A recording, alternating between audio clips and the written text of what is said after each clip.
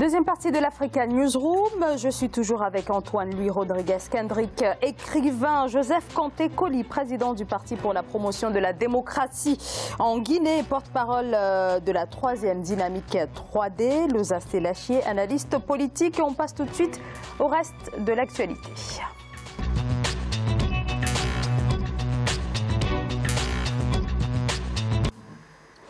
Le Cameroun obtient la réduction de sa dette sans intérêt vis-à-vis de la Chine. La Chine a en effet décidé d'alléger une partie de la dette camerounaise, dette qui porte sur les interventions de la Chine au Cameroun entre 2007 et 2017 à travers des dons ou des prêts sous plusieurs formes, le tout sur un montant total de près de 5,7 milliards de dollars. Reportage de notre correspondante sur place, Viviane Bauken.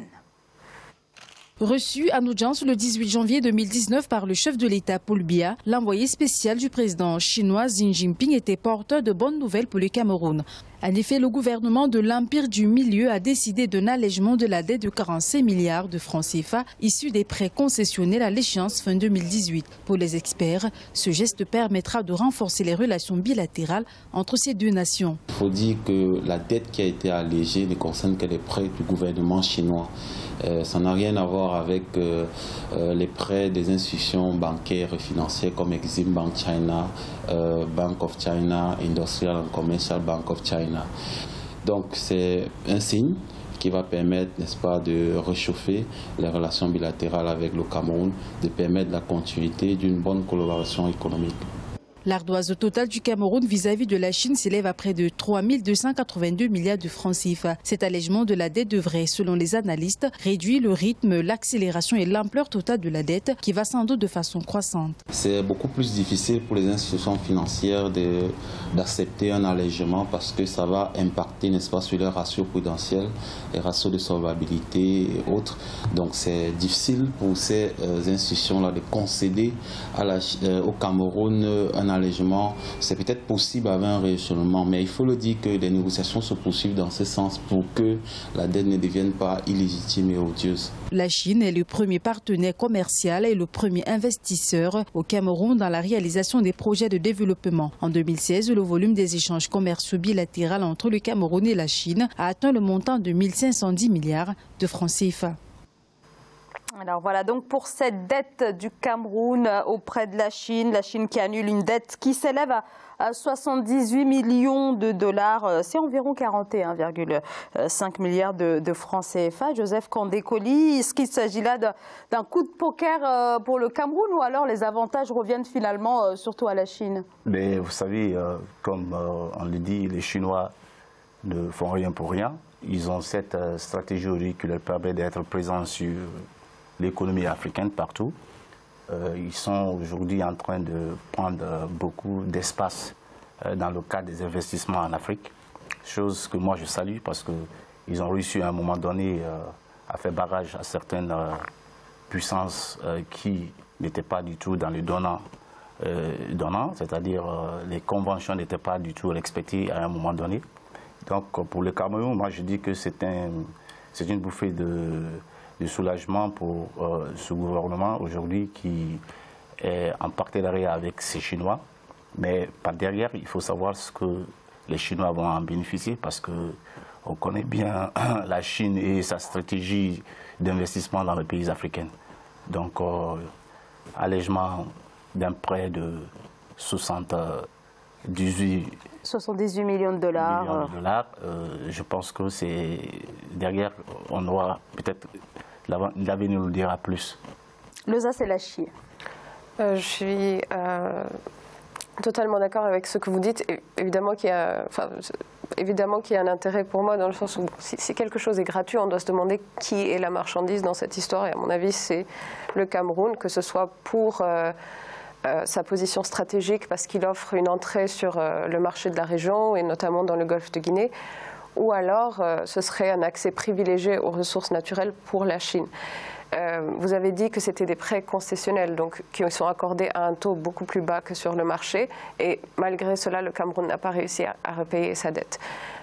Heureusement, il a un partenaire de choix parce que la Chine, contrairement à la Banque mondiale ou d'autres institutions, croit à la renégociation des dettes et en profite parfois pour occuper certains domaines, certaines infrastructures stratégiques. Et comme il a été décrit dans leur grand plan de refaire en quelque sorte ou d'améliorer la route de la soie à travers le monde. Ça, c'est la première partie. Mais nous devons aussi nous demander ce qu'on soutient. Je veux bien qu'un pays soit en difficulté et qu'un pays qui lui prêtait, un autre pays qui lui aurait prêté de l'argent lui vienne en aide ou soit conciliant. Je serais tout à fait d'accord sur ce principe, sauf que le Cameroun a doublé pratiquement sa dette publique en 10 ans, passé de 16% environ en 2006 à 32,5% je pense. Malgré les prêts qui lui ont été accordés. Et il a été dit par beaucoup d'institutions, dont la Banque mondiale, que le train de vie de l'État devrait peut-être être revu à la baisse parce qu'il consomme 52% du budget, alors que ces prêts sont normalement donnés pour construire des routes, des ponts, et tout cela n'est pas fait. 78 millions de dollars. Mais ça signifie quoi par rapport à 3200 milliards d'investissements des Chinois au Cameroun? Des prêts, là on dit un allègement concessionnel. Une concession, quand vous achetez une concession, donc elle vous appartient. Ou bien vous négociez le nombre d'années dans lesquelles vous allez exploiter cette concession. Or, la Chine a besoin de matières premières. Alors donc, ils font des achats concessionnels au Cameroun, donc qui signifie acheter des terres arables, l'exploitation du pétrole, l'exploitation des minerais, et tout ça, le Cameroun est perdant, qu'on le veuille ou non. Parce que quand vous donnez, enfin quand vous prêtez de l'argent à une société, en retour, vous attendez les intérêts, et ces intérêts-là courent avec le temps, sur 3200 milliards de dollars. Mais attendez, vous vous rendez compte, le pays s'enfonce simplement. Donc nous attendons là le retour du bâton sur le Cameroun, donc d'appauvrissement en appauvrissement. Parce que ces pays-là, la Chine, vous savez, c'est un pays vorace. Donc si on dit aujourd'hui que la Chine c'est le Messie en Afrique, c'est complètement faux. La Chine vient exploiter l'Afrique. Voilà. Monsieur Colli. Oui, justement, d'abord je vous rejoins, c'est tout à fait le cas, mais puisque nous sommes un peuple, Afrique aujourd'hui, nous avons des énormes problèmes. Nous ne sommes pas encore arrivés à la maturité qu'il faut pour prendre conscience de nos propres responsabilités et dire que nous pouvons aussi sortir de l'ordinaire comme les autres l'ont fait. Donc c'est ce qui fait qu'aujourd'hui, ces puissances viennent vers nous pour nous marcher dessus. Comme vous avez si bien dit, oui, c'est 3200 milliards de francs CFA. Oui, ben, écoute, c'est énorme, sur 45 milliards. C'est énorme, ça n'a rien à voir, mais de toutes les façons, qu'est-ce qu'il faut? Il faut accepter parce que nous ne sommes pas en mesure de faire face à ces dettes et donner ce dont ils voudront ces Chinois, parce qu'eux, ils ont besoin de la matière première, ils ont besoin aussi des portes d'entrée pour continuer à exploiter le continent. Alors pour vous, le Cameroun n'est pas en mesure de négocier un petit peu à sa faveur sa dette? Ils sont déjà pris au coup. Ils sont déjà pris au coup. Donc, mais la Chine, vous l'avez dit, a besoin de matières premières. Donc oui, ça veut dire que le Cameroun a également cette possibilité de pouvoir négocier et pouvoir ressortir gagnant de cette histoire. Les forces ne sont pas les mêmes. Il y a une différence de rapport de force et c'est ce qui pèse sur ces continents. Mais est-ce qu'il ne faut pas se donner justement les moyens de ce rapport de force-là? Il faut des hommes intègres. Il faut des hommes intègres. Quand on voit un vieux aujourd'hui de combien d'années et qui gère aussi un État comme le Cameroun, on se pose la question.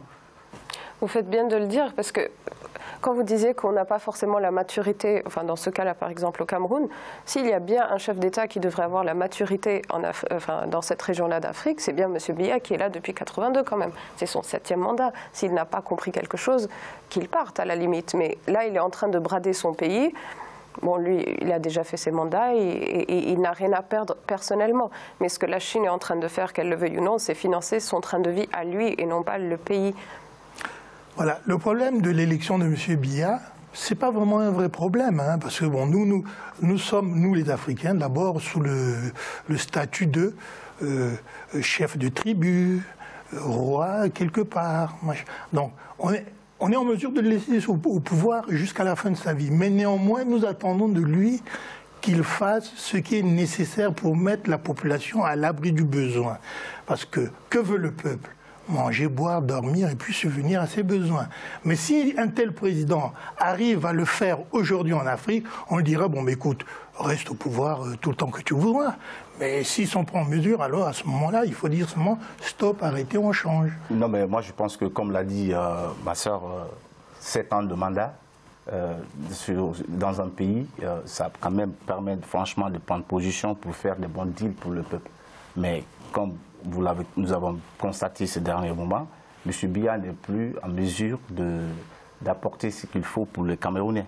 C'est ça il s'agit. Alors, au-delà du cas camerounais, la présence chinoise doit également interroger l'ensemble des pays africains. On a par exemple un pays comme Djibouti où le poids de l'endettement est passé de 50% à 85% en seulement 2 ans. Alors, on peut se poser la question si finalement ce partenariat avec la Chine ne se fait pas au péril du continent africain. La Chine est dans une opération d'offensive. Mais c'est normal, chacun défend ses intérêts. Ça, c'est normal. Voilà, ils sont dans une opération d'offensive. Ils ont besoin, parce que vous comprenez, 1 milliard d'habitants. Mais attendez, la Chine, c'est pas petit. C'est une grande puissance aujourd'hui par leur stratégie de travail. Et d'ailleurs, ils ont osé aller vers ces pays pour franchement prendre ceux qui pourront leur permettre d'être aujourd'hui ce qu'ils sont. Donc moi, je ne les en veux pas, mais seulement j'appelle à la conscience de ces chefs d'État africains de comprendre que nous sommes aussi un continent et si nous voulions franchement améliorer les choses, on peut le faire à l'interne. Vous savez, la Chine n'avait au départ, parce que bon, la Chine n'a pas colonisé l'Afrique, c'est seulement les pays occidentaux, donc la France, l'Allemagne, l'Italie, l'Espagne et tout ça, qui ont abandonné l'Afrique. Ils n'ont pas pu. Ils ont mettre l'Afrique à l'abri du besoin. Donc la Chine, par cette faille, s'est engouffrée là-dedans et maintenant ils ont trouvé solution à leurs problèmes. Donc en investissant en Afrique abondamment, ils attendent le retour de leurs investissements à long terme. Ce qui veut dire que nous, les Africains, aujourd'hui, nous disons l'Éthiopie est en train de se développer et tout ça, c'est faux, ça c'est juste la poudre aux yeux. D'ici peu, l'Éthiopie fera face à toutes ces dettes, mais des dettes colossales, énormes, qui ne pourraient jamais s'en sortir. Alors peut-être l'Osa s'est lâché, peut-être sur le cas éthiopien. Oui. Alors précisément sur le cas éthiopien, je pense que oui, effectivement, il y a beaucoup de dettes, mais non pas parce que autant de prêts ont été contractés auprès de la Chine, mais surtout parce qu'il y a un problème de devises étrangères et parce que l'investissement, de par une certaine instabilité politique durant les à peu près 2-3 dernières années, a découragé des investisseurs qui n'étaient pas chinois, en quelque sorte. Donc le pays est étouffé économiquement et n'arrive pas à croître au même rythme qu'il est arrivé à le faire durant les dernières années pour d'autres raisons que sa dette auprès de la Chine, qui est, à mon avis, comparable à sa dette, que ce soit auprès de la Banque mondiale ou d'autres acteurs économiques. Mais au-delà de ça, dans la stratégie de la Chine pour le monde, et pas seulement pour l'Afrique, il y a eu un documentaire qui s'appelle Le Monde selon M. Xi Jinping qui a été diffusé. Peut-être que vous avez pu le voir, mais je souris presque quand on me parle de l'ultralibéralisme de la Banque mondiale qui aurait exploité l'Afrique, mais on en est encore là de toute façon avec la Chine. Et quand vous dites que les pays européens ont abandonné l'Afrique ou qu'ils n'ont pas pu développer l'Afrique, c'est que votre postulat de base, c'est qu'ils voulaient le faire. Alors qu'à mon avis, non, ils sont dans la même stratégie que la Chine aujourd'hui. Chacun est là pour son intérêt. Aux États de voir où sont les leurs et de pouvoir se défendre en face. Oui. Oui, je vous laisse poursuivre. Vous avez évoqué la situation de la Banque mondiale, mais la Banque mondiale, c'est pratiquement les mêmes principes que la Chine. Hein. Oui. Donc, la Banque mondiale, elle vous bloque au passage, donc elle vous affame même. Oui. Elle vous affame, et après, vous partez chez eux à genoux. Donc, une fois que vous êtes à genoux, la Banque mondiale débloque. Par contre, si vous avez des liens avec une autre banque que la Banque mondiale, tout de suite, c'est l'embargo. Donc, vous n'avez plus les moyens d'avoir des financiers qui viennent de l'extérieur. Donc, la Banque mondiale est là pour veiller au grain, de façon que vous n'obtenez aucun intérêt quelque part. Peut-être que il est vrai que la conception du prêt et de la dette des Chinois est un peu plus flexible que celle de la Banque mondiale, dans le sens où ils voient la dette comme attribuée à une communauté. Justement, on revient là-dessus et on s'engouffre dans le trou. Oui, elle est flexible, laissez-moi finir. Mais c'est à long terme qu'elle serait difficile. On va laisser dans le sens où ils perçoivent la personne qui a contracté une dette auprès d'eux comme pouvant toujours renégocier la dette tant que vous pouvez payer avec quelque chose. Même si vous n'avez plus d'argent, vous pouvez payer avec du pétrole. Autre chose, on acceptera quand même. Cette limite-là n'avait pas été franchie avec la Banque mondiale. C'est avec le sourire qu'on abat son ennemi. Oui, peut-être. C'est ça la Chine. Donc flexible, mais seulement derrière la main dure. Donc elle coince. Oui, mais le problème c'est que il n'y a aucune perspective d'un réel développement démocratique pour les pays qui ont comme partenaire principal et surtout exclusif la Chine, parce que à la limite d'autres institutions occidentales s'arrêtaient à un moment en disant bon, celle-là c'est une dictature, on n'en peut plus, ou il faut organiser un coup d'État, mais il ne faut pas trop le dire. Il y avait quelque chose qui était fait. Dans le cas de la Chine, elle ira jusqu'au bout. Qui vous veut du bien, c'est ça. Oui. Joseph Condé-Coly, alors on a le sentiment que l'Afrique persiste comme ça dans des relations finalement asymétriques et aucune mesure n'est mise en place, notamment dans la renégociation des dettes et tous les autres contrats. Ben oui, c'est cette dépendance qui est devenue une culture en Afrique. Et donc nous, c'est pour ça que nous devons lutter. Et pour que les choses changent, vous savez, rien n'est magique. Il suffit juste de se mettre à l'œuvre. Il faut la volonté d'y croire à la chose. L'Afrique est un continent. Si nous sommes soudés, nous pouvons y arriver. Aujourd'hui, ceux qui en bénéficient des richesses des pays africains, du continent africain, ils sont à l'extérieur. Vous avez vu la Chine aujourd'hui qui fait cette offensive. Ils vont donner. Les dettes ne causent pas de problème. Même les États-Unis sont les pays les plus endettés au monde. L'argent est là, il faut créer des environnements. Alors maintenant, la question, c'est de savoir qu'est-ce qu'on fait de dette en question. Mais justement, c'est ça, il faut que ça soit au profit des populations. C'est-à-dire que la dette, si toutefois on emprunte, c'est-à-dire on accumule des dettes, il faut investir. Il faut donner la possibilité dans un environnement propice pour que cette dette-là soit quand même restituée, c'est-à-dire payée à long terme. Ça, c'est possible. Mais on trouve chaque fois que nous sommes toujours pris au coup. Il y a toujours des investisseurs, c'est-à-dire ces multi qui viennent pour nous dire, bon, voilà, regardez le cas du Cameroun, il faut faire un allègement d'une dette de 45 milliards de francs CFA, sur combien? Alors, quand est-ce qu'ils vont payer? Avec quelle stratégie? Mais non, là, comme ça, le partenaire, quand il vient, il s'impose sur vous et il réclame ce qu'il veut prendre. Et c'est ce qu'il ne faut plus accepter, il ne faut plus cautionner cela. Donc, il faut qu'on donne la possibilité à ce continent d'avoir à la tête de ces différents pays, des personnes capables franchement de faire face au continent africain. Dans l'unité surtout, je pense que nous pourrons y arriver. Louza Stelachi? Je pense que la plupart des pays africains ont une place de choix lorsqu'il s'agit du marché qu'ils offrent, des ressources naturelles qu'ils ont et de la main-d'œuvre très jeune qui pourrait constituer un attrait économique assez important. Je sais que tous les pays n'ont pas cette possibilité de jouer sur plusieurs tableaux, mais il faut savoir aussi que ce soit la Chine, les États-Unis, l'Occident, les autres acteurs du monde ont intérêt à travailler avec ces pays africains, ont un intérêt en Afrique de toute façon. Et au lieu de nous voir comme étant des gens qui demandons presque l'aide tout le temps et qui sont constamment soumis au bon vouloir de quelqu'un qui nous prête de l'argent, je pense qu'il faut être conscient aussi de notre pouvoir de décision sur la situation. Si le Cameroun ne veut pas vendre ses ressources naturelles à la Chine peut-être attaquera militairement, mais elle ne peut pas les voler. Donc, à partir du moment où il y a une certaine éthique qui est établie, que ce soit au sein de la population ou des dirigeants, là, c'est possible de travailler avec plusieurs acteurs et non pas avoir un seul acteur et être complètement dominé par lui. Antoine Kenrick. Monsieur Kanda a donné un exemple précis sur les États-Unis d'Amérique. On dit, bon, c'est un pays aussi endetté. C'est un bel exemple, ça. Mais néanmoins, il faut reconnaître que les États-Unis ne dépendent pas de l'argent extérieur. Hein. Donc, eux, c'est leur propre argent, parce qu'ils ont la planche à billets. Dès que ça ne fonctionne pas, ils dament là-dessus.